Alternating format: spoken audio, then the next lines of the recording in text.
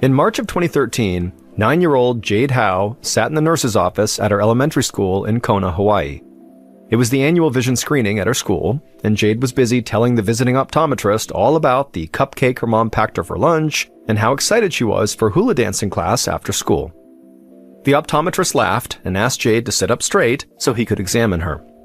Jade straightened her back and smiled as the optometrist dimmed the lights and then shined a flashlight into her left eye. Right away, Jade flinched. The light made her head hurt a little, but then her eyes adjusted. She was used to eye exams. She had worn glasses for most of her life, so she knew what to expect. Normally, she would just read charts on the wall while the optometrist gave her different lenses to try. But today was different. She'd had a headache off and on all morning, and her vision felt blurred, like everything was fuzzy around the edges. So it was harder than usual for her to read all those charts. The optometrist clicked his tongue a few times like he was thinking through a problem, and Jade got the feeling that something might be wrong. Just as Jade was about to ask if everything was okay, the optometrist handed her a black plastic spatula and told her to use it to cover up her right eye. Then the doctor held up a sheet of paper with rows of letters on it and asked her to read the lines aloud using just her left eye. But when Jade put that spatula over her right eye, her vision from her left eye became so blurred that she could barely see anything at all. She lowered the spatula and inspected it as if the spatula was to blame. But when she saw no issue with the spatula, she just put it right back over her right eye, but again, she could barely see out of her left eye. She asked the optometrist what happened to her left eye, but the optometrist just scribbled on a pink notepad and ripped off the paper, and he handed it to Jade and told her to give it to her parents the moment she got home from school. That afternoon, when school let out, Jade ran to her mother, Ho Ola'i Berman, who was standing on the sidewalk waiting for her. Jade immediately handed her mother the optometrist's report and watched a worried look come over her face as she read it. Jade asked her mom if something was wrong with her eyes, but her mom just smiled and told her not to worry. They'd schedule an appointment with the optometrist when they got home. Jade very likely just needed new glasses. Jade felt very relieved and just nodded, and then she shifted her focus and just began digging through her backpack for her lunchbox. She had saved a fruit roll-up for the walk home. Usually, Jade and her mother would stop at a park near their house to play and unwind after school, but today, when they got to that park, Jade didn't really feel like playing. She still had a headache and she could barely see out of her left eye, so she ended up just sitting in the sandbox eating her snack. Jade was absent-mindedly digging in the sand when a dog wandered over to say hello. She had seen this dog before. It was a stray, and it was a little scraggly looking, but it was always friendly, and Jade knew it loved belly rubs. And so after a few minutes of playing, the dog wandered off to a garbage can to look for food, and then Jade's mom came over and sat down beside Jade and asked her how she was feeling. Jade didn't answer. She just leaned over and put her aching head in her mother's lap. She was relieved when she heard her mom say that it was time to go home. A few days later, Jade's mother, Ho Ola'i, sat in the corner of an optometrist's office watching him finish up Jade's eye exam. The optometrist switched off the lights and smiled at Jade, and then said he'd actually like to take some x-rays. Jade's mom was a little surprised, but agreed to any extra cost if it helped her daughter see. The optometrist took the x-rays right there in his office, and 15 minutes later, they all gathered around his computer screen, looking at the enlarged images of Jade's left eye. To Jade and her mother, the image they were looking at just kind of looked like a big grape with veins running through it. But the optometrist immediately pointed at a small black mass located on the retina at the back of Jade's left eye. He was certain that this black mass was causing Jade's vision loss. The retina's job is to focus the eye, and so the mass was clearly getting in the way. But he wasn't sure what the mass was. The best thing to do was treat it like an infection and start Jade on antibiotics.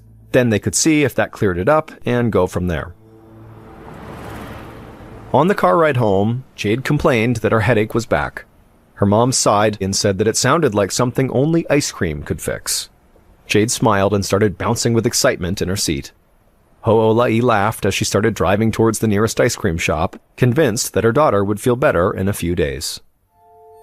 But after a week, Jade was not feeling any better. Her head still hurt, and she could barely see out of her left eye, so her mom called the optometrist, who told her it was time for them to go see a doctor who has a specialty in these types of issues. The next morning, Jade's mom sat beside her dad, Jack, in the eye specialist's office. Jade curled up on her father's lap, playing a game on his phone while they waited for test results and x-rays. A moment later, a stout man in a lab coat walked into the office and sat on a stool opposite Jade and her parents. He pulled the stool closer to his desk, pulling Jade's x-rays up on his computer screen and flipping through a clipboard on his desk. He told Jade's parents that the antibiotics had not cleared up the black mass on Jade's eye. Then he pointed to the dark spot on Jade's x-ray. The doctor explained that the mass behind Jade's eye appeared to be inflamed, and when he compared the x-ray taken that morning to the x-ray taken last week, the mass really seemed to be growing bigger, which meant that Jade's sight loss would likely only get worse. Her headaches might become more severe too, and if the mass got too swollen, Jade could lose all sight in that eye. Jade's mom suddenly felt a lump in her throat as she asked the doctor what could be done. The doctor looked over at Jade with a hint of pity on his face, and then he said that he'd like to try injecting steroids directly into the mass, which would hopefully reduce the swelling and clear up the mass completely. It was a scary sounding procedure, he said, but it would be done with anesthesia and it would only take a minute. And once it was over, Jade really should be cured. Jade would have this procedure done, but 2 days later, when Jade and her mother, Ho'ola'i, returned for a follow-up appointment, the specialist walked into the examination room with a glum expression on his face, and he told them that the injection had not worked. And worse than that, he said he was out of ideas. They were going to have to find a new doctor. And so over the next few weeks, Jade and her mother visited 3 other eye specialists, but none of them could figure out what was causing this black mass on Jade's left eye either. Jade's mother was really frustrated and very upset. She remembered what the first specialist had said about her daughter potentially losing all the sight in her eye, and so now she felt like if they didn't find an answer soon, they would just be too late. By the time Jade and her mother found themselves waiting anxiously in the exam room of the most experienced eye doctors on the island, it had been almost 3 months since Jade's eye began to hurt, and both Jade and Ho'ola'i were fighting a growing feeling of hopelessness. Jade's mom would never give up on her daughter, but she was tired and scared. The door finally opened, and a tall man with short black hair and a prominent chin strode inside. His name was Dr. Eugene Ng, and he was a retina surgeon. He squatted down in front of Jade and asked her gently if he could look at her eyes. Jade smiled and nodded and let go of her mother's hand. Her mother felt relief rise in her chest. She liked Dr. Ng immediately, and it was clear Jade did too. But as Dr. Ng shined a flashlight into Jade's eyes and conducted a few quick tests, Jade's mother tried to tamp down her optimism. This was the same thing every other doctor had done, and when Dr. Ng clicked off his flashlight and stood up, she braced herself to hear him say, "Well, there's nothing we can do. Go find another doctor." But, unlike all the other eye specialists, Dr. Ng said he was fairly certain he knew what was wrong with her eye. Jade's mother could barely believe this. She smiled and let herself hope, just for a second, that finally her daughter would get the help she needed. But then she realized that Dr. Ng was not smiling back at her. Instead, he looked almost grim as he told her that while he could diagnose Jade's problem, nobody in all of Hawaii had the expertise to actually fix it. Jade needed immediate medical attention that was not available on the islands, so she would have to be flown to the mainland of the United States as soon as possible.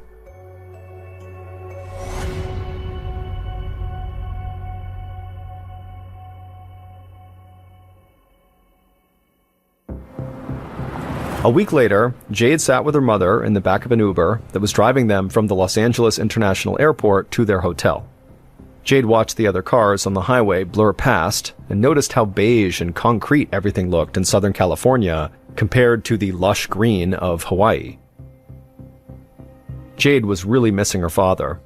Jack had had to stay home in Hawaii to work, and he was also going to miss Jade's birthday, which was in 2 days. Jade dreaded the idea of turning 10 without her father around, and she also dreaded seeing another specialist that afternoon. Even though her left eye was now completely blurry and her headaches had only been getting worse, Jade was scared of going to see another doctor. She was afraid that whatever treatment they would give her would be more painful and more uncomfortable than what she was already experiencing. But Jade tried to push her worry from her mind. After all, she was in the city where all her favorite movies were made. Her mom had even promised her that they could go do some sightseeing when they weren't at the doctor's office. And so Jade decided she was just going to have fun on this trip no matter what. That afternoon, Jade sat in another examination chair, this time at the Children's Retina Institute in Los Angeles. A doctor with red hair and a neatly trimmed beard was drawing blood samples from Jade's arm, while Jade told him all about the last time she'd been poked with a needle and how much it had hurt. The doctor's name was Dr. Khaled Tawanzi, and Jade's mother had told Jade that he was actually the one who started this institute. Jade watched the blood flow from her arm down through a plastic tube and into small vials. It didn't hurt at all, and Jade actually found it fascinating to watch. She asked Dr. Tawanzi what he was going to do with her blood, and he smiled at her. He explained that he'd send her blood to a very special laboratory where scientists would run all kinds of tests. Then, in a day or two, they'd know for sure if Dr. Ng was right about what was causing the blindness in her left eye. Jade imagined an all-white laboratory full of shiny machines and scientists in blue scrubs. She'd seen something like that in a movie once. It made her feel safe, like the best doctors in Los Angeles would be working to save her vision. Dr. Tawanzi told Jade that in the meantime, her very important assignment was to have as much fun in Los Angeles as possible. Jade smiled as her mom assured him that they had plenty of plans for that. 2 days later, Jade peered over the side of a tour trolley, watching a shark's fin move through a man-made pool set to the iconic Jaws movie soundtrack. It was her 10th birthday, and her mother had taken her to Universal Studios Hollywood. Just as the music reached a crescendo, an animatronic shark came leaping out of the water. Jade leaped back from the edge of the trolley, and then she laughed and clapped with the rest of the tour group. By the time Jade and her mother got off the trolley a few minutes later, Jade felt better than she had in a long time. For just a moment, she had forgotten all about her troubles. She decided it was birthday magic. As she led her mother away from the studios tour, Jade heard her mother's cell phone ring. She turned to look at her mom, and Ho-Ola'i dug through her purse, pulled out her phone. She looked at the caller ID, and asked Jade to wait a minute. It was Dr. Tawanzi calling.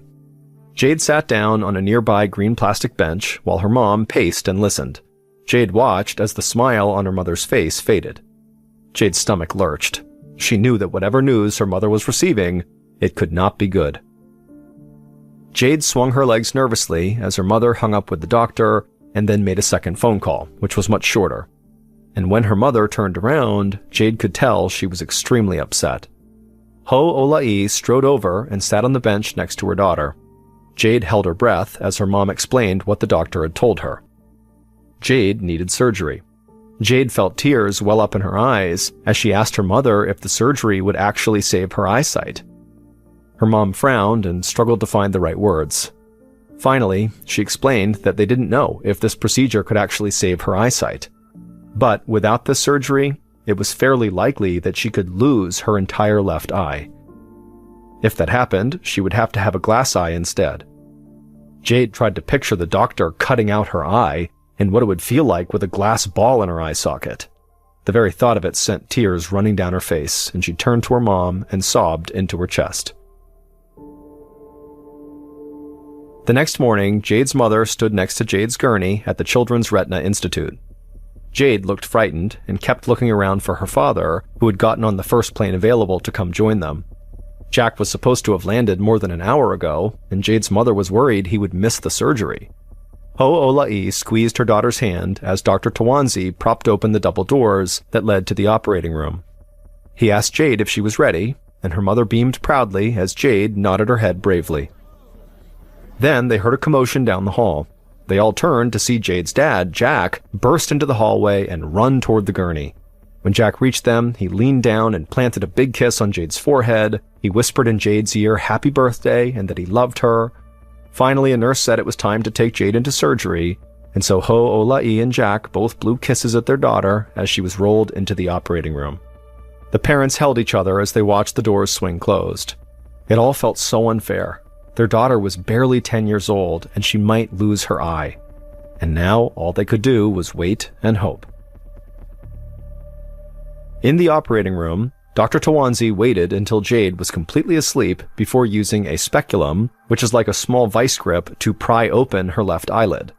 Once her eyelid was propped open, Dr. Tawanzi began the careful process of removing Jade's eye completely from its socket so that only the optical nerve was connecting it to her body. Once Dr. Tawanzi had freed Jade's eyeball from its socket, he held it up and turned it around until he was looking at the back. He had seen scans of the mass on Jade's eye, but he was still shocked by how it looked in person. It was a thick, dark mass, and it was caked on so hard it felt like a rock. Dr. Tawanzi could tell it was going to be extremely difficult to remove it without permanently injuring Jade's eye, because the doctor knew there was a risk that this mass was not just on Jade's eye, it might be embedded inside of Jade's eye. And if that was the case, Jade would very likely lose her eye entirely no matter what Dr. Tawanzi did. But Dr. Tawanzi would not know how bad this was until he attempted to remove it. It took Dr. Tawanzi nearly 3 hours to remove this foreign mass from Jade's eyeball, slowly pulling it off one tiny piece at a time. It almost felt like he was tearing cardboard with each pull. But finally, with one last gentle pull, the last of the black lump dislodged. Dr. Tawanzi placed it all on a dish, and a nurse whisked it away for testing. Then he lifted Jade's eyeball with his forceps and slid it back into the socket, hoping it could be saved.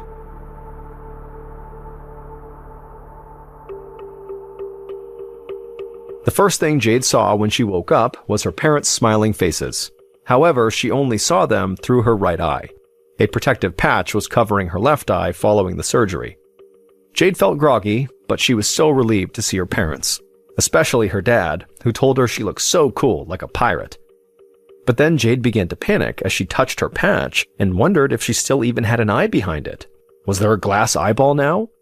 But her mom took Jade's hand and told her, don't worry, she still had her eye.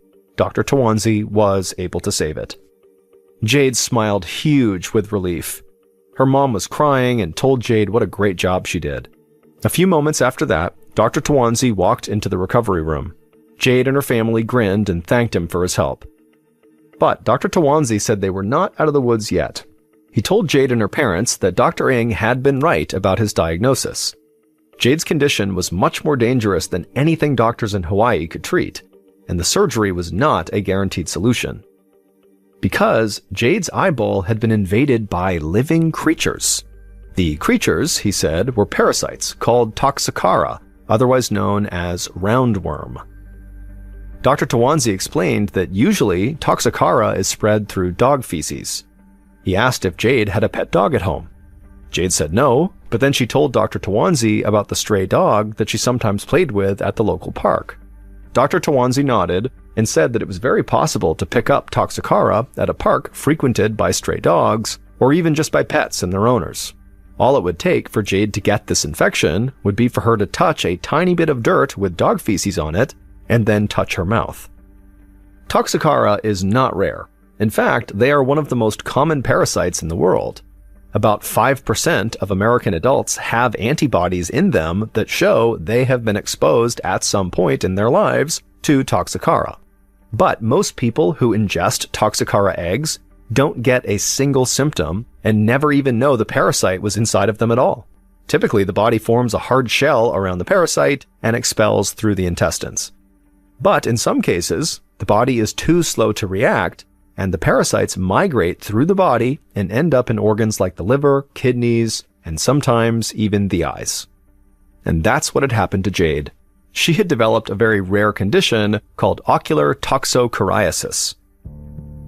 In ocular toxocariasis, the body does finally form that protective shell around the parasites, but only after the parasites have attached themselves to the eye.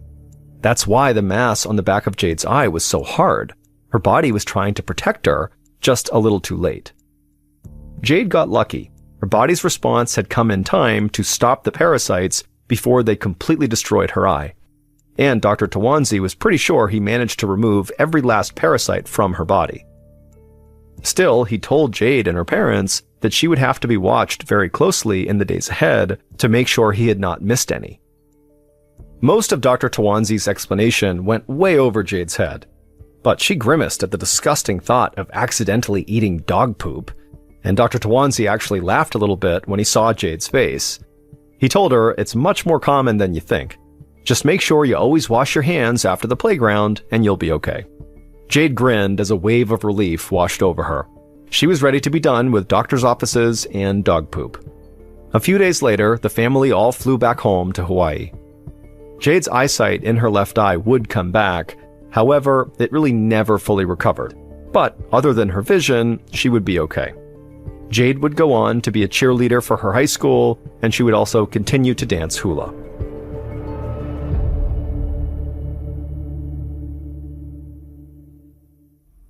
On the morning of February 8th, 2010, 17-year-old Mackenzie Cowell was sitting in her high school cafeteria in Wenatchee, Washington.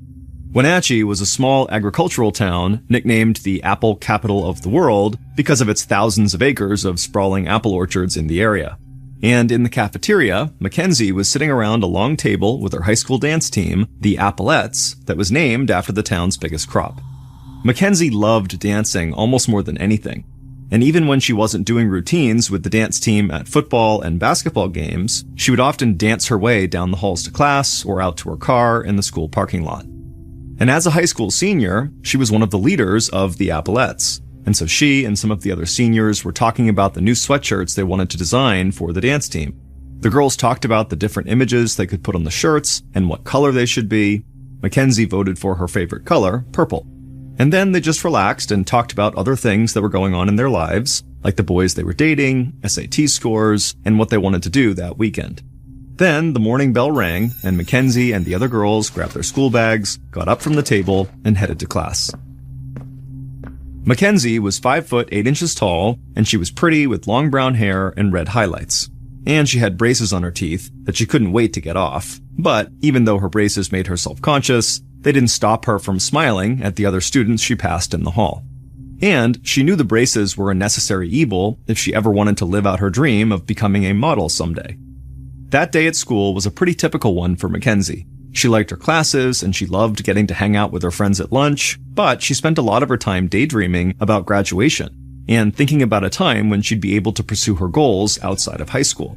And to that end, Mackenzie had enrolled at a cosmetology school, or what some people called beauty school, that allowed her to get out of her high school classes a little early every day. Mackenzie wanted to learn how to become a hairstylist and a makeup artist because she believed it could help her in modeling. But Mackenzie also loved the idea of doing something that could help other people look and feel their best.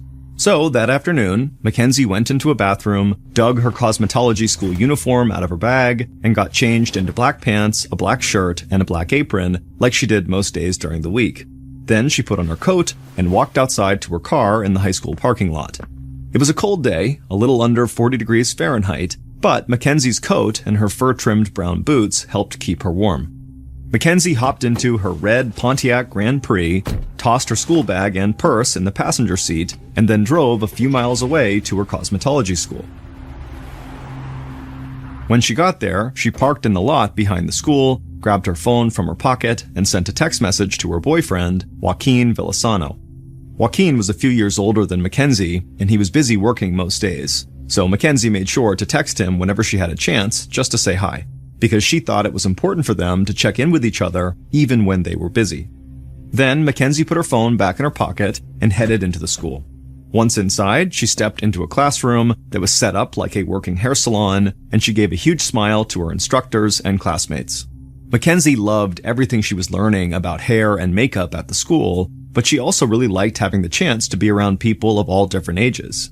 Some of the students in her cosmetology classes were well into their 20s and even 30s, so Mackenzie felt much more like an adult with real freedom when she was there than she ever did at her high school. And she knew she could learn a lot from the other students because they had different backgrounds and life experiences than she did. One of the students, a 28-year-old man named Chris Wilson, had a mother who owned a salon. And so Chris was already really good at certain techniques like dyeing hair, and Mackenzie loved how Chris dyed his own hair. And so she had started practicing hair dyeing techniques on herself as well. And so every day when Mackenzie left cosmetology school, she felt like she was learning new skills, either from her teachers or from her classmates. And that evening, after another great day at beauty school, Mackenzie drove home, and as she did, she was in a really good mood. So she turned up her car stereo, blared her favorite song, and bobbed her head along with the beat. and as Mackenzie drove down a tree-lined street in her small neighborhood, she was excited about all the opportunities she was sure were going to come her way. Mackenzie pulled up to her mother's 2-story house and parked her car in the driveway. She grabbed her stuff from the passenger seat and then walked inside the house and went straight into the living room. But before she could even put her bags down, her mother's boyfriend walked in and started yelling at her. And any of that joy Mackenzie had felt when she was driving home had now completely disappeared. Mackenzie couldn't even tell what her mother's boyfriend was mad about, other than the fact that she had come home. Because for some reason, her mother's boyfriend did not like Mackenzie. And so Mackenzie just stood there while he shouted at her and got angrier and angrier, until finally Mackenzie told him to leave her alone, and she ran upstairs to her room, sat on her bed, and fought back tears. Then she grabbed her phone and called her dad. Mackenzie split time between her divorced parents' houses, and on the phone she told her dad she couldn't wait to come over to his house the following night. And her dad said when she came over he would cook her a special dinner and make her an ice cream float, which had been her favorite dessert since she was a kid. By the time Mackenzie hung up with her dad, she felt a little better. But while she sat there on her bed, she thought about the argument she'd just had with her mother's boyfriend over seemingly nothing, and she decided she was not going to put up with him anymore. So Mackenzie sat there on her bed for a minute, took a few deep breaths and really psyched herself up. Then she marched downstairs, found her mother, and she told her it was time to make a decision. Mackenzie said her mother could choose either her daughter, or her boyfriend, but she couldn't have both. And Mackenzie said if her mother's boyfriend stayed living at the house, she would move out for good. Her mother listened and tried to calm Mackenzie down, and then she promised she would think about what Mackenzie had to say. But later that night, Mackenzie went to bed without an answer from her mother. But as she drifted off to sleep, she tried to push any thoughts of her mother's boyfriend out of her head. She reminded herself that she was going to her dad's house the next day, and she knew that meant everything would be a lot better when she woke up. The next morning at 7:15 a.m., Mackenzie rushed out the front door of her mother's house and got into her red Pontiac parked in the driveway. Mackenzie wore jeans, a t-shirt, and her coat, and she had her cosmetology school uniform folded up neatly in her bag. And that day at school started just like the day before. Mackenzie walked into the loud cafeteria, where a group of high schoolers were hanging out and talking loudly before first period, and she made her way through the crowd to the table where her friends from the Applettes dance team were sitting. And the Applettes talked a little about the sweatshirts they wanted to make again, and after they'd talked for a while, the bell rang. So Mackenzie said goodbye to her friends and headed off to class. And later that day, she changed into her cosmetology uniform and drove to beauty school. And once she was there, she worked on some new hairstyling techniques and talked with her classmates like she always did. But then, at around 3 p.m., the students got a break, and Mackenzie told one of her classmates that she was going to leave during the break, but she'd only be gone for about 15 minutes, and she wondered if she had to sign out with the front desk before she did that. Her classmate said she didn't think so, and so Mackenzie just grabbed her coat, put it on over her uniform, and walked out the back door into the parking lot. Mackenzie slid into the driver's seat of her car, tossed her purse in the passenger seat, started the car, and turned on the heater. Then she grabbed her phone and sent a text to her boyfriend, Joaquin, that just said, "Hey." Mackenzie stared at her phone for a little bit, waiting for a reply, and just a few minutes later, Joaquin responded with, "Hey," as well. Mackenzie smiled, put her phone back in her pocket, and drove out of the cosmetology school parking lot. It was cold, but the sun was shining, and Mackenzie looked out the windshield and saw the barren apple orchards that lined huge parts of the town. And she thought that the empty orchards in winter were beautiful in their own way, but she really couldn't wait for summer when the apples would start growing again. At about 5:45 p.m., over 2 hours after Mackenzie had left cosmetology school on her break, her dad was at home in the kitchen cooking dinner. He glanced at his watch, picked his phone up off the table, and called Mackenzie. He knew she usually left cosmetology school around 5:30, and he just wanted to let her know dinner was almost finished and to see how close she was to the house. But Mackenzie didn't answer her phone, so he left a message for her and turned back to the food he was making. Mackenzie's dad knew that sometimes she stayed around after class to talk to her teachers and the other students, so he didn't think much of it. But after a while, when Mackenzie didn't show up and he hadn't heard back from her, he called her again. And when her phone went right to voicemail, he started to worry, and so he kept calling Mackenzie, but she never picked up. Then, a little while later, at 8 p.m., so about 4.5 hours after Mackenzie had gotten in her car in the parking lot, a local rancher was driving his truck on a dirt road on the land that he owned. The rancher approached one of his cattle gates on his land, and then he saw something which caused him to slam on his brakes. In the headlights of his truck, the rancher could see an abandoned car a few yards down the road. The rancher got out of his truck and ran to the car and looked through the window to see if anyone was inside, but the car was empty. People did not just abandon their cars like this on his land, and the rancher worried that the driver might be injured somewhere nearby. So he ran back to his truck, climbed in, grabbed his phone, and called 911. Not long after that 911 call, Mackenzie's dad was sitting on the couch in his living room. He was nervously tapping his foot on the floor and calling Mackenzie again and again, but still not getting through. It had been almost 3 hours since she should have come home, and he still hadn't heard anything. And when his daughter's phone went right to voicemail one more time, Mackenzie's dad hung up and just put the phone down next to him. But minutes later, the phone rang, and Mackenzie's dad answered without even looking at the number of the caller, hoping he would hear his daughter's voice. But instead, a police officer introduced himself on the other line, and Mackenzie's dad knew something was terribly wrong. Then the officer asked him if he was missing a red Pontiac Grand Prix that was registered in his name, because that car had been found abandoned on some nearby ranch land. And Mackenzie's dad felt like the room started to spin. He took a breath and told the officer that yes, that was his car and he was missing it, but the car was not important. He said the only thing he cared about was finding the person who had been driving the car, his 17-year-old daughter, Mackenzie. On the morning of February 13th, 2010, so 4 days after Mackenzie's car had been found, police, local volunteers, and even members of the FBI were searching all over town for Mackenzie. They had spent the last few days knocking on doors in every neighborhood in the area, hoping that someone had seen her, but they still hadn't had any luck. And so it seemed like once Mackenzie left the parking lot at her cosmetology school after going for her 15-minute break, she had just vanished. Then, at 12:45 p.m., a man was walking on the banks of the Columbia River, about 25 miles away from Wenatchee, in an area known for its great hiking trails. The man listened to the river running nearby and breathed in the crisp winter air. Then suddenly, he stopped in his tracks.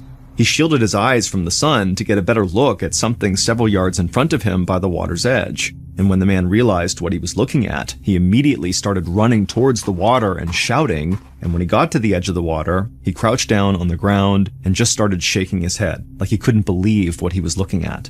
He had seen a person lying on the ground, and he hoped they were just sleeping, or at worst, they were injured. But now that he was up close, he knew he was looking at a dead body. The man's hand started shaking, and he looked around for anybody else to help, but he was alone. So he took a deep breath and steadied himself, then he reached into his jacket pocket, pulled out his phone, and called 911. Not long after that 911 call, Chief Deputy Robin Wagg of the Douglas County Sheriff's Department walked down the banks of the Columbia River towards a group of police officers and forensics technicians. Wagg was a big guy with a steady voice, and he was known for always remaining calm under pressure. But when Wagg saw the body near the river, he got mad, because he knew immediately the victim was 17-year-old Mackenzie Cowell. Mackenzie's picture had been sent to the law enforcement agencies in the area, and her face had been all over the news for the past few days while people had been searching for her. And as Wagg looked down at Mackenzie, he felt shaken, and not just because of how young she looked, but because Mackenzie had a knife sticking straight out of her shoulder.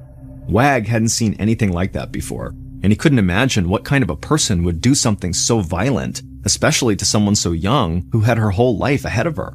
But Wagg couldn't spend any time trying to figure out a potential killer's motives just yet, because he saw Mackenzie's feet were already in the water, and he knew the river level would rise throughout the day, and so the body, and any evidence around it, were in danger of being washed away.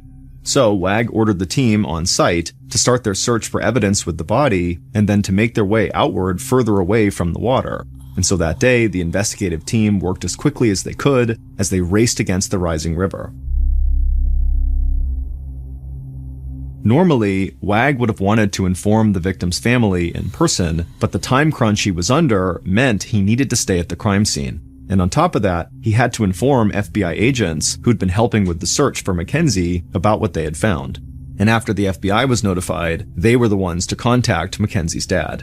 And so while police searched the crime scene, Mackenzie's dad sat at home, and he was still desperately hoping to hear some good news from the search party who were looking for his daughter. But then his phone rang, and an FBI agent on the other line introduced herself and said that she was so sorry to be giving this information over the phone and not in person, and Mackenzie's dad knew before she even said it what he was about to hear. The agent informed Mackenzie's father that police had found his daughter's body on the banks of the river, and Mackenzie's dad just went completely silent, and he felt like his whole world had just shattered. And not long after that call, while Mackenzie's dad informed his fiancée, his ex-wife, and other family members about what he had just heard, police continued their search on the riverbank. And before the river water got too high, they were able to pull blood and hair samples from Mackenzie's body and the knife found in her shoulder. And a little further up the riverbank, they found 5 feet of duct tape that was spattered with blood. So, over the next few days, while the blood samples and physical evidence were sent to the lab for tests, Deputy Wag and his investigative team started talking to anybody who they thought might know something about what had happened to Mackenzie. They interviewed Mackenzie's family, and they met with friends and teachers from her high school, and at Mackenzie's cosmetology school, they talked to the woman who Mackenzie had told she was leaving for that 15-minute break. And they spoke to Chris Wilson, the man whose mom owned a salon. But all anybody seemed to know was that Mackenzie had gone out to the parking lot for this break and then just never came back. But then a woman contacted the police and told them that she thought she had seen a thin, dark-haired young man walking away from Mackenzie's red Pontiac Grand Prix not long after it had been abandoned. But that description could fit a wide range of people. So, Wag shifted his search from Mackenzie's school life to her life online to see if he could narrow down his search for this thin, dark-haired young man. And so, detectives began looking at Mackenzie's social media pages on sites like Facebook and MySpace, and Mackenzie's social media posts led police right to a young man who fit the witness's description, Mackenzie's boyfriend, Joaquin Villasano.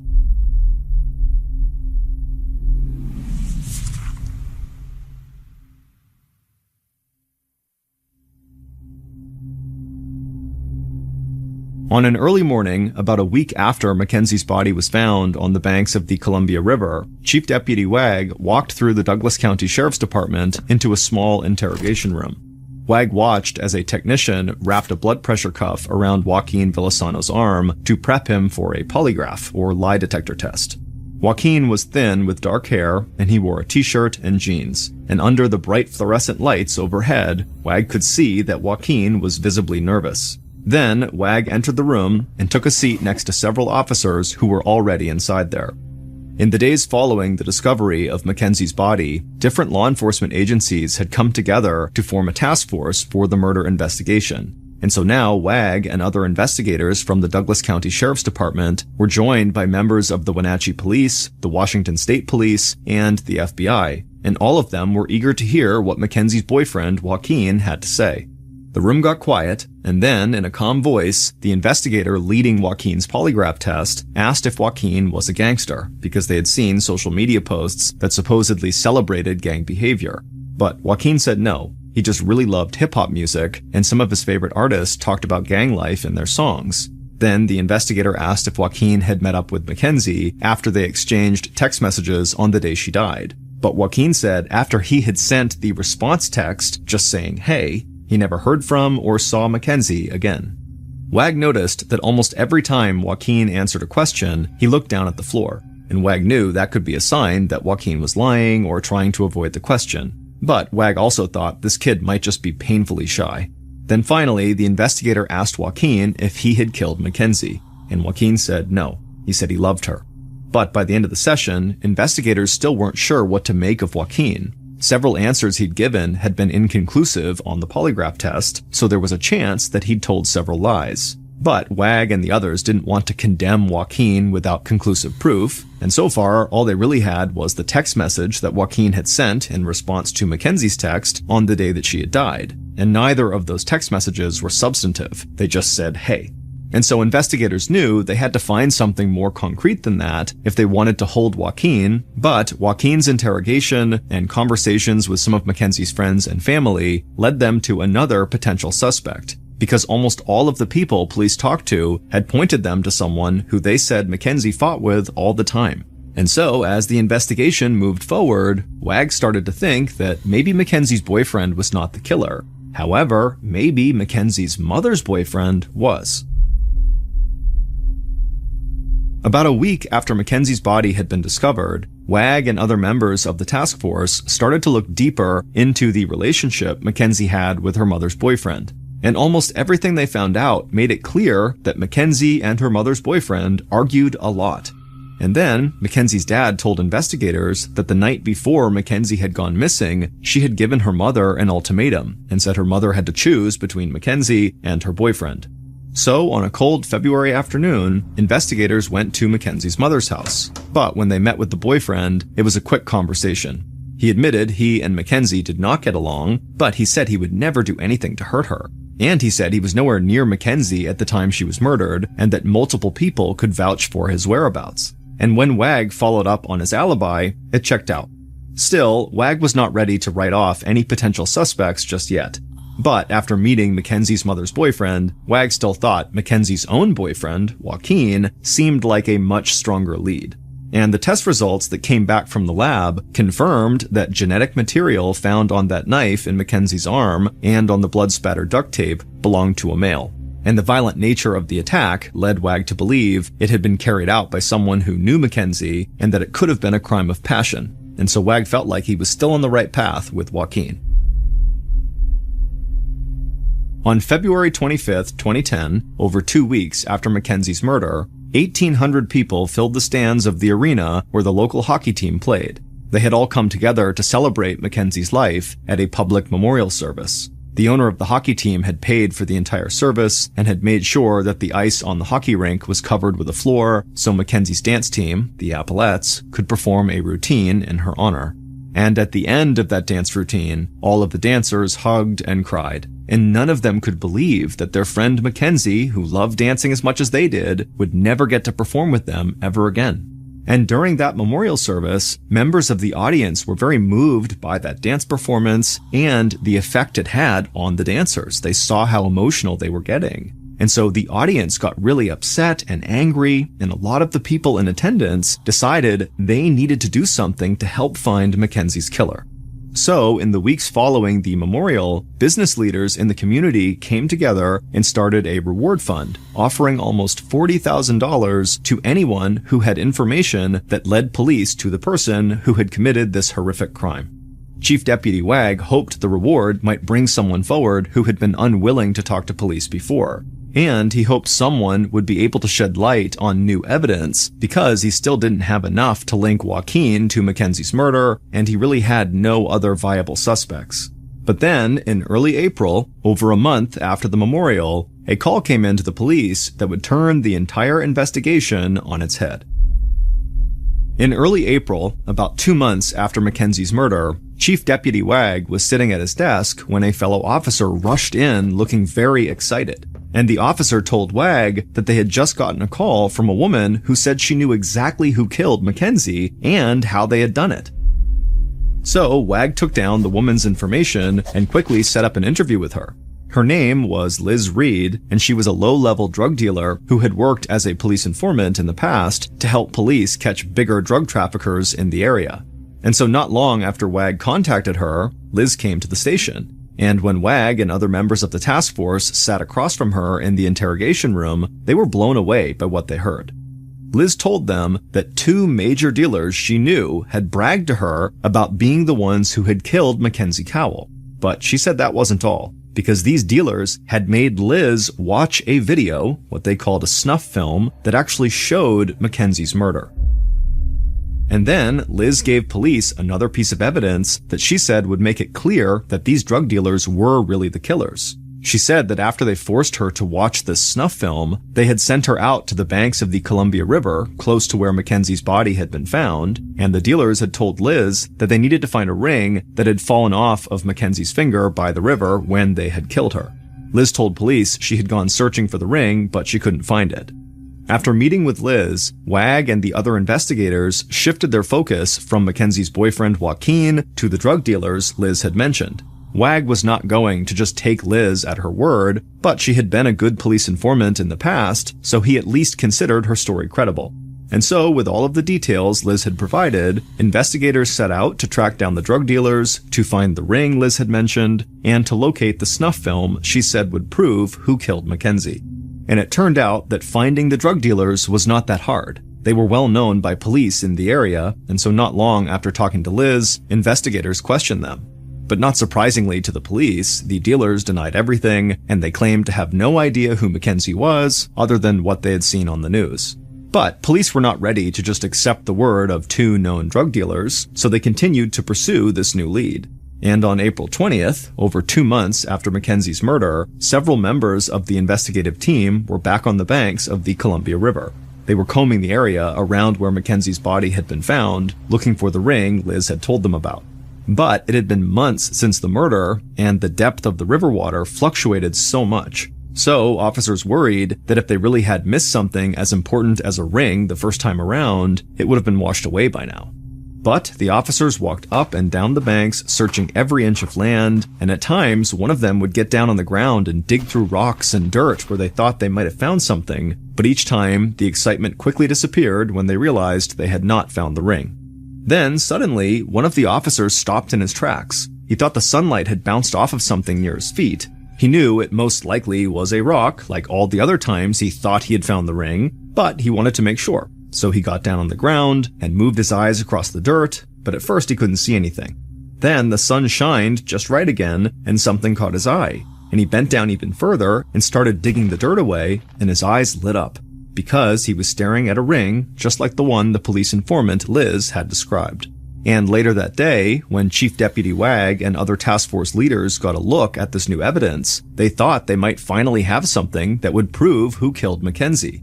And so Wag and a member of the Wenatchee Police Department took the ring and drove all over town, and they showed it to Mackenzie's parents, her family, and her friends from high school and cosmetology school, but not one of them recognized the ring. So Wag took one final step, and he went directly to the young man who had been his prime suspect, Mackenzie's boyfriend, Joaquin. But Joaquin looked at the ring over and over again, and he said he'd never seen Mackenzie wear anything like it.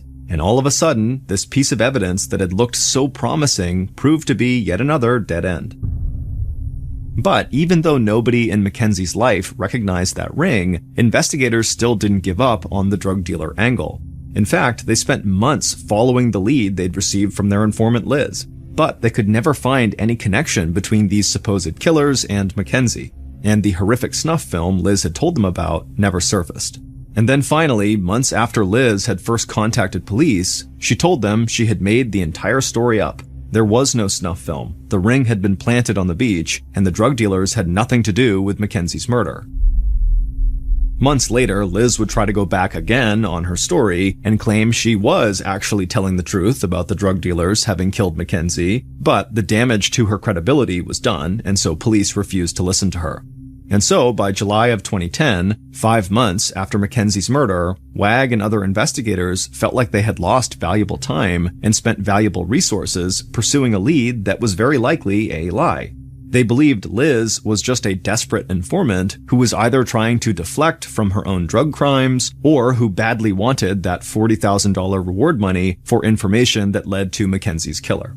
And so, Wag kept trying to move the investigation forward, but the summer heat and the return of the apples to the orchards made it clear to him just how long the search for Mackenzie's killer was taking. And he knew people in town, and everybody who loved Mackenzie, were giving up hope. But then, investigators got another call from a police informant, and unlike Liz, they still trusted this informant. And the call they got from him would lead investigators to a new key piece of evidence, and they would finally find Mackenzie's killer. Based on the call from this new informant, interviews conducted throughout the investigation, and physical evidence found at multiple locations, here is a reconstruction of what members of the investigation task force believe happened to Mackenzie Cowell on the day she died, February 9th, 2010. On that February day, a few minutes after 3:45 p.m., the killer followed Mackenzie's car into the parking lot of an apartment complex. The killer watched Mackenzie step out of the car holding her purse, and immediately, a look of complete calm came across the killer's face. Then, the killer stepped out of the car, put a smile on, and called out to Mackenzie. Mackenzie turned around, she waved and smiled, and walked right over to them. Then, the killer led Mackenzie up a flight of stairs and into a small one-bedroom apartment. Mackenzie walked into the living room that was kind of cramped, put her purse down on the coffee table, and then she smiled even wider at the killer. The place wasn't much to look at with its old carpet, low ceilings, and a few small rooms, but Mackenzie got excited thinking about a time in the near future when she would be able to get an apartment just like this one, where she could live on her own or with one of her friends. The killer said they were going to grab a glass of water in the kitchen and they'd be right back. And so Mackenzie just stood in the living room, daydreaming again about the freedom she'd get to experience once she graduated from high school. In the kitchen, the killer turned on the sink to let the water run, but instead of getting a cup of water, they opened a drawer, took out a roll of duct tape, and put it on the counter. Then they opened another drawer and looked at all the knives inside, and one knife caught their eye. It was a kitchen knife with a sharp blade and a sleek black and gray handle, something that a chef might use. So the killer reached into the drawer, took that knife out, and held it up in front of them. And just feeling the knife grip in their hand got the killer excited. But they took a breath and kept that look of complete calm on their face. Then the killer turned off the water, picked up the duct tape, held the knife down by their side, and walked back into the living room. The killer saw Mackenzie looking around the room with her back turned to them. And so the killer leaned over and put the duct tape and the knife on a coffee table not far from Mackenzie, and when Mackenzie turned to see what the killer was doing, the killer suddenly lunged at her and shoved her down. Mackenzie fell backwards and slammed her head into the carpeted floor, and immediately the killer climbed on top of her and wrapped their hands around her throat. Mackenzie tried to scream, but the life was being choked out of her, and she could feel herself drifting out of consciousness. Then the killer released Mackenzie's throat, but stayed on top of her to keep her pinned down. The killer reached back behind them, grabbed the duct tape from the table, ripped off a long piece, and quickly bound Mackenzie's hands with it. Mackenzie tried to fight back, but she could barely move. Then the killer reached back to the table again, grabbed the knife, and slashed Mackenzie's throat. Blood spilled from Mackenzie onto the carpet, and she took her last breath. The killer stood over Mackenzie for a minute, just watching her die, and then when she went still, they raised the knife and slammed it into her shoulder, and then began trying to saw her arm off. But the knife wasn't made for that, and the killer realized they didn't have the time or supplies to do exactly what they had wanted. So the killer left the knife in Mackenzie's shoulder, and they went back to the kitchen and washed the blood off their hands and face. Then they walked back through the apartment, grabbed Mackenzie's purse, darted outside to the parking lot, and walked to Mackenzie's red Pontiac. The killer dug through Mackenzie's purse, found her car keys, and got into the car, fired it up. Then they drove that car outside of town onto a secluded dirt road by a ranch. Once they had parked the car, the killer got outside and calmly walked back down the road as the sun started to set. And they walked several miles back to their apartment, and by the time they got back, it was dark outside, and inside, Mackenzie's body was still on the floor. And days later, the killer drove Mackenzie's body, with the knife still sticking out of it, to the banks of the Columbia River and left it there. And a few days after that, the killer told the cosmetology school they attended that they would be taking a leave of absence. Chris Wilson, Mackenzie's classmate at beauty school, whose mother owned a salon, had murdered Mackenzie and then attempted to dismember her. He tried to cut off her arm, but realized he couldn't, and so just kind of stopped. And in terms of Chris's motive, all we know is that Chris was totally obsessed with death, serial killers, and movie murderers. And he showed off this obsession with death with his tattoo of Hannibal Lecter, the killer cannibal from the movie Silence of the Lambs. Chris had even spent time working at a funeral home, likely because he loved being around dead bodies, but he had been fired because the funeral director said that Chris had started to do some things that made the rest of the staff feel very uncomfortable. But none of this was known to Chief Deputy Wag and the investigation task force until they received the call from that second police informant. This informant was in jail, but he hoped providing information about Mackenzie's killer might help him with his own case. So he contacted police and told them that Chris was one of Mackenzie's cosmetology school classmates and that Chris was actually very dangerous and was totally obsessed with murder. And after the police got this call, they met with Chris, and they saw Chris's dyed black hair and thin frame, and they knew he fit the description from the witness who had seen a dark-haired, thin young man walking away from Mackenzie's abandoned car. And then police checked security camera footage of the cosmetology school from the day of Mackenzie's murder, and on one of the videos, Chris could be seen leaving the school and heading into the parking lot about a minute after Mackenzie was seen leaving on the video. And so with all of this new information, investigators asked Chris to submit to a DNA test. And those test results showed Chris had possible links to the genetic material found on the knife used to stab Mackenzie and on the blood-spattered duct tape found near Mackenzie's body. And DNA testing would also provide police with the piece of evidence that ultimately turned the case around. Because when they searched Chris's apartment, police found a blood stain deep in the living room carpet. And tests done on that piece of carpet showed that the blood belonged to Mackenzie. And police heard from other cosmetology school students that Chris and Mackenzie might have been developing a relationship, which is why she would have been comfortable going to his apartment.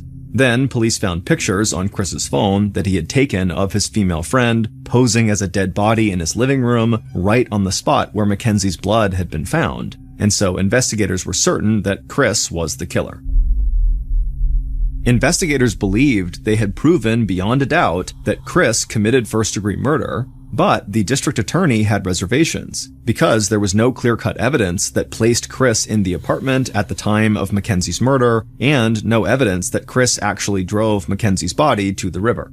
And so Chris was able to sign a plea deal in which he confessed to killing Mackenzie, and in exchange for that confession, he was only charged with manslaughter and sentenced to just 14 years in prison with a potential early release in 2023.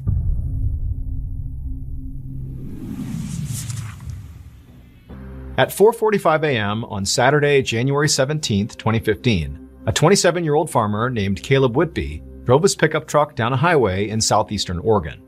Caleb knew conditions for driving were not great. In fact, they were kind of awful. The road was icy, it was foggy out, the sun wasn't up, so it was pretty dark out, but he felt like he didn't really have a choice. He had to go pick up a shipment of cattle for his family's farm. After driving for another 10 minutes or so down this road, so it's just before 5 a.m. at this point, Caleb found himself right behind this big semi-truck who was going under the speed limit. And so Caleb's cruising along here, getting frustrated, and he's thinking about passing the truck. But when he kind of peeked around the side and looked up ahead of the truck, he saw there was a very sharp turn coming up, and he didn't really have enough runway to make the pass, at least not safely. And so Caleb just kind of throttled back and decided he would make the pass after making the turn. And so the semi-truck, which is right in front of Caleb, it ends up making this turn and gets out of sight of Caleb. And then a moment later, Caleb makes the same turn, and as soon as he does, he sees something that he couldn't have seen before. He's seeing it right now that sends a jolt of panic through his body, and reflexively, he jams on his brakes, he loses control of his truck, it starts to slide, and all Caleb can do is just brace and pray that he doesn't get killed. And then a second later, he heard a loud crunching sound, and then his truck stalled, and everything went quiet. But the silence was broken when suddenly there was another crunching sound, and at the same time, Caleb suddenly felt his lungs getting crushed together, and all the air was just pulled out of his body. Moments later, a different semi-truck driver was going down the same stretch of highway that Caleb had been, and he rounded that exact same turn, and when he did, he saw the same thing that had horrified Caleb and caused him to swerve out of control. Except this semi-truck driver, when he hit his brakes, he was able to basically maintain his truck, and he sort of gently hit the guardrail and, crashed, but it didn't cause any damage to him or really to his truck. And so after kind of composing himself, this semi-truck driver got out of the cabin and he looked out at this unbelievably horrific scene in front of him, and instinctively he knew if he goes forward and inspects this, he's just going to see dead bodies, and he didn't know if he could even handle that. And so he's just standing there in utter shock when he hears this sound. And he knows this sound is something that he has to go investigate. And so even though he was terrified of, potentially seeing dead people, he walked towards the sound, and suddenly he saw where it was coming from. And he just couldn't believe what he was looking at. It would turn out when Caleb Whitby rounded that corner and then saw this horrible thing that caused him to crash, well, what he saw was a massive pileup of over 24 cars just completely blocking the road. And so he smashed on his brakes and he tried to stop himself, but ultimately he smashed into the semi-truck that just moments before he had been driving behind. The semi-truck had also crashed. And so Caleb has now crashed into the side of the semi, and everything's silent for a second, and then another semi-truck comes around the corner. Caleb can't go anywhere, and that semi-truck blasted into the back of Caleb's car. After that, the other semi-truck, the third semi-truck if you will, rounds the corner, sees the pileup, hits the brakes, but this guy, he manages to crash into the guardrail, avoiding major injury and damage to his truck. And so he gets out of his truck and he's surveying this horrific scene and he hears a sound. And he follows that sound right into the crash and eventually he finds it. And that sound was Caleb. Somehow, when Caleb's truck was smashed from both directions, it created this perfect pocket of space just big enough for Caleb to fit inside of. And so despite being smashed together by two semi-trucks in this huge pileup, Caleb was basically unhurt. And so when this third semi-truck driver found Caleb, he actually was able to pull Caleb out of the wreckage, and minus a bruise and a couple of cuts on his face, Caleb actually was just fine and ultimately walked away. And in fact, after first responders showed up and cleared the wreck, it would turn out that incredibly, nobody was killed.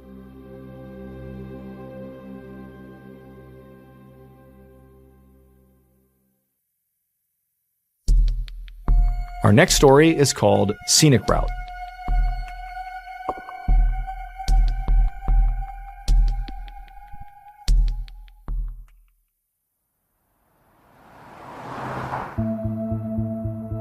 At 8:40 a.m. on July 7, 1967, a 17-year-old girl named Nancy McEwen was driving along a highway in Brooklyn, New York. She was on her way to her job as a secretary at her dad's office in Brooklyn, and she was coming from her home in Long Island, New York. Now, the commute to her office took about an hour, but Nancy didn't mind because her dad had just got her this beautiful brand new yellow Camaro, and she loved driving it. And the highway she was on had this amazing view of the beach and ocean down below. And so that day, Nancy rolled down her window so she could feel the ocean breeze as she drove, and then she took in a deep breath and she smiled. At the same time Nancy was doing this, a police lieutenant was driving in his car a couple cars back from Nancy, and as he was just driving along, he suddenly sees this yellow Camaro that to this point had been driving completely normally, suddenly veer off the road, miraculously missed the oncoming cars, and then smashed into a tree on the side of the road. And so the police lieutenant instinctively jammed on his brakes and veered over to the shoulder and stopped behind the Camaro. And as the lieutenant got out of the car, he was thinking clearly the driver must have just had some kind of medical emergency because he didn't see any obstacles in the road. And, the Camaro had been driving completely normally to that point. So what would cause them to veer and crash into the road at such a high speed other than a medical emergency?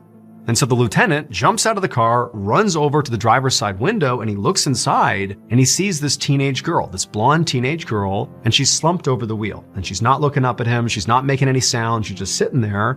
And so he opens up the door and he asks her, are you okay? And she didn't say anything, but she did moan. And so she was breathing, she was alive, and there weren't any obvious physical injuries. Clearly she's just crashed into this tree at high speed, so she's definitely shaken up. But there weren't any obvious grievous injuries that have occurred here, at least none that he could see.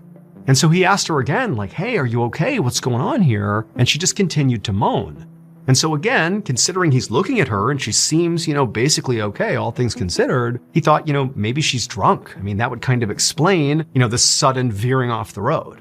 And so at this point, the lieutenant radioed for backup and also called for an ambulance. And while he waited, he began searching the car, just basically looking to see if maybe there was some clue in the car as to what happened here. For example, containers of alcohol. And so he's looking around and he doesn't see any empty bottles and he can't smell any alcohol in the car. But still, this whole time, the girl is not responding. She's just moaning and just kind of slumped over there. And then a couple of minutes later, he hears sirens and he looks up and a bunch of first responders came over. They pulled the girl out of the car, got her in the ambulance, and off to the hospital she went. Once Nancy got to the hospital, medical staff was able to determine that she was not drunk. But she did clearly appear to be having some kind of medical emergency, but they didn't know what it was. And again, there was no visible injuries on her. She just basically looked really shaken up and was non-responsive. And quickly, after Nancy was at the hospital, her condition only got worse, to the point where doctors were giving her shots of adrenaline to try to keep her alive, but it didn't work. And at 11:30 a.m., roughly 2.5 hours after Nancy crashed into the tree, she died. And it was only then, after Nancy was dead, that the medical staff made a discovery, something they had totally missed when Nancy had first came in. And that was, on the back of her head, hidden amongst her hair, was a small circular hole. It was a bullet wound, and for some reason, it didn't bleed at all. Clearly, Nancy did not just randomly veer off the road and smash into a tree. No, she had been shot. About 30 minutes after this discovery was made, A detective named Albert Seidman was standing next to Nancy's crashed car on the side of the highway. Seidman had a reputation as being this totally no-nonsense detective who effectively would stop at nothing to try to solve a case. By this point, he'd already spoken to Nancy's parents, who obviously were devastated and very confused by their daughter's death. They said that, Nancy never got in trouble and certainly didn't have any enemies, and so it made no sense that somebody had just shot her as she was driving. And Detective Seidman had to agree. This was not an average murder case. But regardless, he knew the best place to start this investigation was Nancy's car.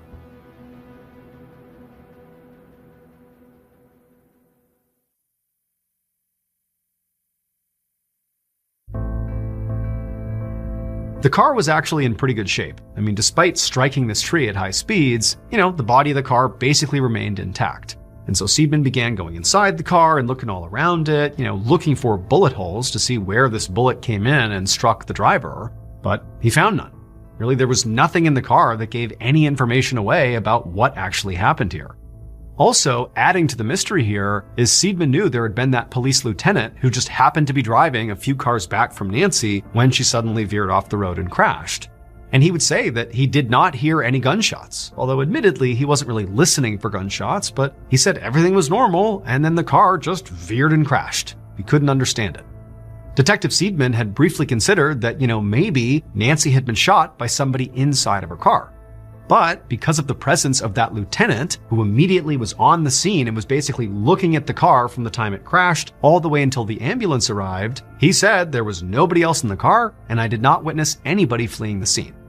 The whole situation was very bizarre, but Detective Seidman, thinking logically, thought, okay, well, we know she's been shot. So even though nobody knows how that happened, well, there has to be a shell casing somewhere for the round that struck her. And so for the rest of the day, Seidman and his team canvassed that whole highway all around that area looking for a shell casing, or really any clue that a gun had been fired in the vicinity.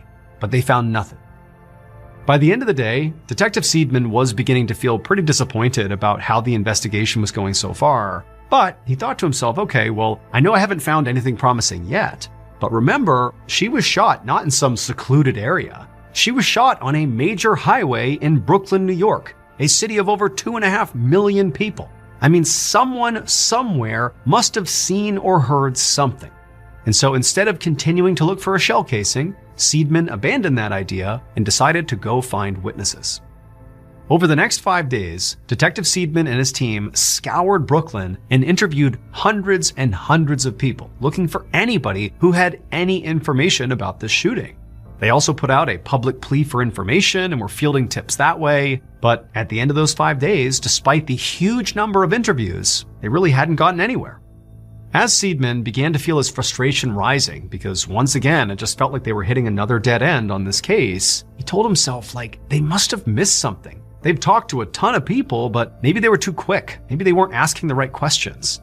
And so on July 12th, he gathered up his team and he circled some spots on a map of Brooklyn and said, look guys, we're going to go back to these key areas that are sort of positioned in the best angles to have maybe heard or seen something with this shooting. And we're going to ask some more questions and just see if maybe these people have something we didn't catch. In one of those circled areas, the police discovered a gas station that was owned by a guy named Theodore DeLisi, and it was located only 2 blocks away from where Nancy had been shot. And on the morning of July 12th, when the police officers rolled up to this gas station, Theodore was working and he saw the police coming towards him, and right away he knew this had to be about Nancy McEwen. So Theodore had been following this case really closely as it was developing for 2 reasons. One, Nancy had been shot really close to his gas station, so there's that proximity bias. And 2, Theodore was actually friends with Nancy's father and had known Nancy growing up. And so this case really hit close to home. When the police walked inside the gas station, Theodore immediately asked them, "Are you here about Nancy?" And they would say yes. And that's when he would tell them his connection to Nancy and how he was following this case really closely. But despite his proximity to where she had been shot, he said unfortunately he hadn't seen or heard anything. But then Theodore quickly followed that up and said that, while he had been at the gas station in the morning for a little bit, he did take off at some point to go fishing out on the water in his boat, which was not too far away. But even from there too, he still said he didn't hear or see anything. But it was kind of noisy out on the water anyways, so, he really wouldn't have heard anything out there anyhow. The police nodded and asked some simple follow-up questions to Theodore about, take us through what happened that morning. What'd you see? Were there other fishermen out there? When you were at the gas station, did you see anything unusual? Just kind of seeing if there was anything that would jog his memory. And Theodore was answering every question as truthfully as he could. And at some point, he began to think really hard about what he actually saw when he was out on the water fishing. And suddenly, it all clicked. Theodore knew who killed Nancy. It would turn out at 8:40 a.m. on July 7th, the exact moment Nancy was shot, veered off the road and crashed, Theodore was in fact out in his boat fishing. Except at 8:40 a.m., he wasn't actually fishing. Instead, he had a can, and he threw that can into the water. And once he saw the can, he kind of kept staring at it, and then he raised his rifle and he fired a shot at the can. But he missed. And the bullet, by some fluke of physics, ricocheted off the surface of the water, went up into the highway right as Nancy had rolled her window down, struck her in the head, and killed her. Theodore knew he had been shooting his gun out on the water, but what he saw was the bullet hit the water. He didn't think for a second he could have fired up towards the highway. It was when police began asking questions that he thought, oh my goodness, it is possible a ricochet could have struck her in the head. Theodore was charged with homicide, but ultimately a grand jury chose not to indict him, citing that this truly was an accident. Theodore did not serve any jail time, but he was fined $100 for firing a rifle within city limits.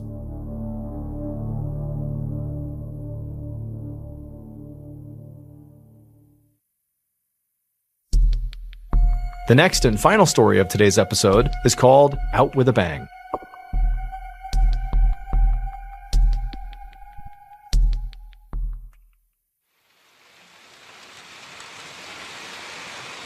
On the morning of June 20th, 2005, a 40-year-old man named Wang Diang stood just inside the doorway of a little home in rural northeastern China. Outside, it was pouring rain with all this crazy thunder and lightning, and also there were these hailstones coming down the size of golf balls, smashing into everything. I mean, just the impact on the roof must have been so loud. And so as Wang was standing in the doorway, he was actually looking out in the direction of the storm because all these people were running towards him to come in the house. Wang was actually hosting a wake for a friend, and he was hosting this wake at this man's home. And all the people running up to him were all the mourners coming to pay their respects. Now, by this point, most of the mourners had already made it inside the house, and so Wang was basically just waiting for the last few stragglers to make their way inside. And so from his post at the door, Wang is watching the storm and all these people, and he also took stock of the fact that as he looked out to the big tobacco fields that kind of were all over the place in this town, that was the primary way people made money in this town, he noticed that, there was nobody out there tending the crops. And even in rainstorms, people would tend these crops because this was their livelihood, but Wang understood why nobody was out there. Yes, it was the storm, but specifically, lately there had been these crazy lightning strikes in storms like this that struck the field. And so these workers that were normally out in the fields every single day, they weren't doing that anymore. Finally, the last couple arrived, and Wang greeted them and brought them inside, and then he shut the door and then began making his rounds inside the home, making sure all the guests had what they needed, and also just kind of making sure the wake was, overall a positive experience, all things considered. Now, to be clear, Wang was not a monk or a priest or even a relative of the person who was deceased. Instead, he was just kind of like the guy that emceed virtually all events in this town. So if there was weddings, he was the guy who officiated the weddings. And if there were funerals or wakes or things of that nature, also Wang was often tapped to emcee that as well. He was kind of like the village elder, if you will, even though he was only 40 years old. And Wang, he really treasured the fact that he was the guy that got to do these things. And so he put a lot of time and energy into making sure they went extremely well. So on this day, as he was making his rounds, checking in with all the mourners, nobody really needed anything. And so Wang sort of felt like he didn't have a role, and he scanned around the room looking for something else he could do that would be productive. And he noticed the incense near the casket was going out. And so Wang walked over, he pulled out the extinguished incense, he got a new stick of incense, put it in, and he lit it. And then he just kind of stood over the casket and closed his eyes and began saying a silent prayer for the dead. And as Wang did this, suddenly there was this deafening roar. And then everything went black. A few seconds later, that deafening roar faded, and it was replaced by the sound of all the mourners in the house basically screaming and trying to figure out what just happened. And so as people began kind of trying to size up the situation, they saw there was all this smoke near the casket and there was all these wooden debris everywhere. And then people looked up at the ceiling and they saw there was now a pretty good sized hole that had blackened char around the edges of the hole that was kind of smoldering. And then unfortunately, once the smoke really had kind of dissipated, Wong was laying right underneath this hole in the roof and half of his head was gone. It was very clear he was deceased. And it didn't take long for mourners to figure out what had happened. Wong had unfortunately been struck by lightning.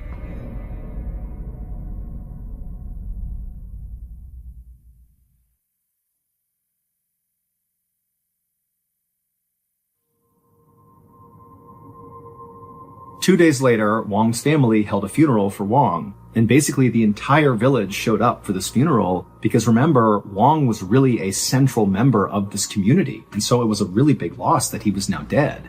And candidly, this only stoked the fears that everybody had about lightning strikes. I mean, this was really becoming a huge issue. But after the funeral ended and Wong had been placed into a hearse and driven off to the crematorium to be cremated, the people at this funeral who were kind of making their way out began kind of talking a little bit more candidly about what had happened to Wong. I mean, it was obvious he was struck by lightning, but in this town, there was a lot of superstition around deaths like this, when it seems like how he died is almost like an act of God. I mean, how many people get struck by lightning? Even if you're scared of being struck by lightning, that is a very rare phenomenon, and everybody knew that. And so the mourners couldn't help but suspect that maybe Wong was not this incredible person that everybody loved. Maybe he had deep, dark secrets, and the way he was killed was like God's punishment, smiting him for the terrible things he was hiding. But nonetheless, the mourners who had just left the funeral followed tradition and actually walked over to the local crematorium where Wong would be cremated.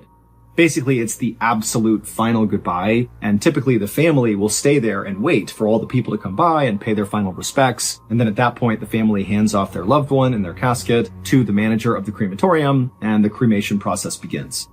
And so all that happens, all the mourners go to the crematorium, they pay their final respects, and then before long, Wong's family was brought inside the crematorium with the manager, and they were placed in this quiet room to kind of wait for this process to happen, and then the manager left them and went down the hall to the furnace room where Wong's casket was waiting for him.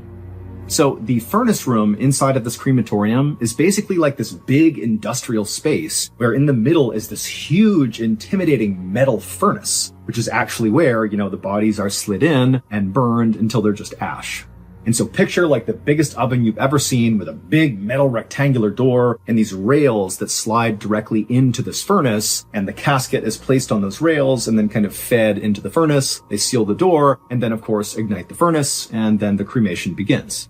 And so the manager, who had done this many, many times, walked up to Wong's casket, which was already placed on the rails. Workers had already set it up for this process before he came in. And so the manager walks up to the casket, he opens it up, he sees Wong's body, and he confirms that Wong is just wearing a robe with a belt, and he did not have any jewelry or metal on him or anything like that, which was not allowed during the cremation process. And so feeling confident that this was all good, he shut the casket, and then slid the casket into the furnace. He shut the door, the big metal door, locked it, and then started the furnace.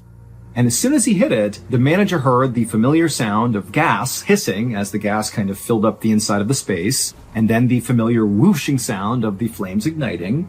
But as the manager kind of stepped away from the front of this furnace and was kind of making his way back towards the door, he noticed there was another sound coming from inside of this furnace. It was a hissing sound, but different than the gas sound. This was something else. And then before long, the hissing got louder and louder and louder. And then finally, there was this massive explosion inside of this furnace. And so smoke is pouring out of the sides. It was unbelievable that the furnace itself even held its shape. I mean, something massive had detonated inside of this thing. And in fact, even though that door that seals the furnace shut, even though it had not been blown off, the force of whatever detonated inside of there was so strong that the manager actually was knocked backwards from the blast. And so in a panic, he got up and there's smoke filling the room and there's flames kind of dancing out of the edges of this metal door in front of the furnace. And he hits the emergency stop and the flames cut, but it's still all smoky and it's totally chaotic and workers are rushing into the room to figure out what's going on. And the manager had no idea. This was something he had never, ever seen before.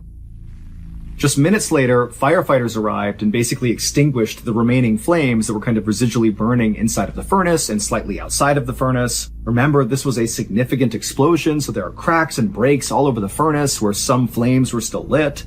But finally, the firefighters did extinguish all the flames, and then after it was safe to be in there, an investigation was launched as to what the heck happened in there. And so police officers went into this room and began sifting through all the debris in this room, both inside of the furnace itself and also, outside where it had cracked and things had shot off in different directions. And for a while, they found nothing. I mean, all they found were basically pieces of Wong, ash and some bone and some tissue from him. But there was nothing else that was unusual. But at some point, one of the officers did find something that was unusual. He found a piece of metal that was inside of the furnace that clearly should not have been there. Because remember, it's not allowed to have metal or jewelry or anything on the deceased when they're brought into the furnace. And considering what happened, they're like, okay, does this have something to do with the explosion? And so the officers kind of huddled around this metal and they began kind of cleaning it off to see if there was anything written on it. It's not a very big piece of metal. And eventually they had cleaned it off enough that they realized there was something written on it, and it absolutely explained what had happened here. So to understand what happened, you need to have an understanding of how the Chinese government responds to severe storms like the one that was going on the day that Wong was struck by lightning. So remember, Wong's village had all these tobacco fields all over the place, which was not only how the villagers made their living, but also China as a whole, they need these crops to be bountiful. And these huge storms that produce those golf ball-sized pieces of hail, those can severely damage tobacco crops. And the Chinese government doesn't want that to happen. And so the Chinese government has set up these things called weather bureaus, which are these government agencies all across the country whose job is to try to weaken these storms. And the way they do that is very interesting. They use a chemical called silver iode that they put into the actual storm clouds. And what silver iode does is it attracts ice particles and water. And so with this chemical up in the clouds, it kind of breaks up the hail a little bit and either makes them really small. And sometimes this chemical can actually completely destroy the hail and convert it from hail to just plain old rain, which is great. So how do these weather bureaus and this silver iode have anything to do with what happened to Wong?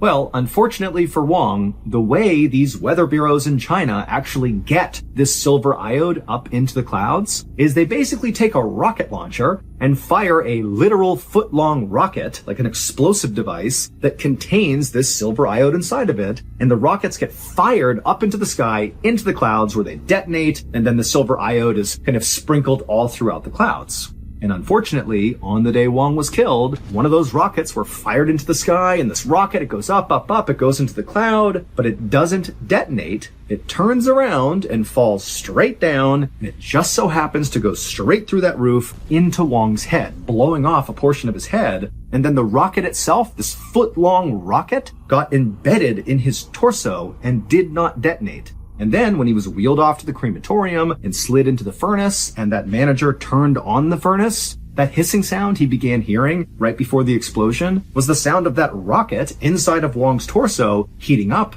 and then finally detonating. When the police officers found that little piece of metal, what they had found was actually a piece of the rocket itself. And when they cleared it off, they saw there was a serial number for that particular Weather Bureau rocket. And so that was how they were able to solve this mystery. 3 years after Wong's death, the Chinese government came out and said, yep, this is our fault. We did this. And so they compensated Wong's family 80,000 yuan, which is equal to about 12,000 US dollars. And while that's a pretty underwhelming settlement to be paying for somebody's life, what is significant that came out of this case is following Wong's death, the Chinese government altered their rockets that they fired into these clouds, and they added this feature where if for some reason the rocket goes into the cloud and doesn't detonate, it will automatically deploy a parachute and will safely fall to the ground and not detonate.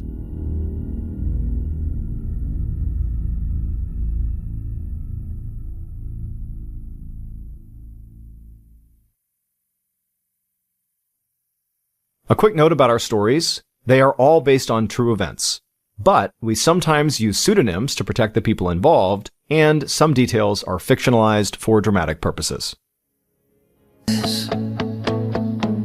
Like nights would never change. You said we're just being honest. while I was building names. I held on to small moments, like they could make you stay. But loving you felt borrowed, like sunlight in the shade.